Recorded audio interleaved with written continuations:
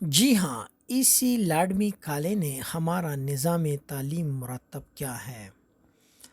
English education act 1835 میں بنایا گیا۔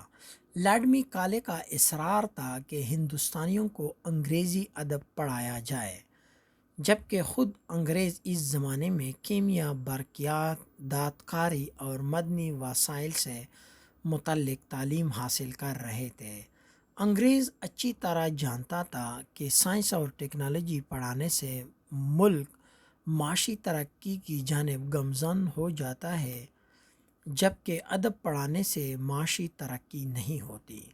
ہمارے معاشرے میں سب سے بڑا عالم تعلیم دان، پروفیسر، سیاست دان، جج، وکیل، صحافی، پولیس افسر ہی ہوتا ہے جس کی انگلش زیادہ بہتر ہو، پھر چاہے وہ اصل علوم و فنون کی اجداد سے ناواقف ہو۔ بس یہ انگلش ملک کو ترقی بھی نہیں دے رہی اور ساتھ میں ہمیں باور کرا رہی ہے کہ تم بہت پڑھے لکھے ہو۔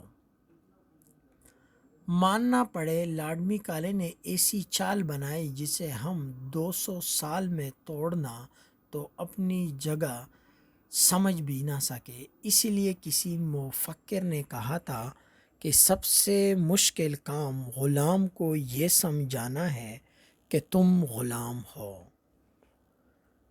صفحہ ریختہ ادب سے نقل شدہ ہے۔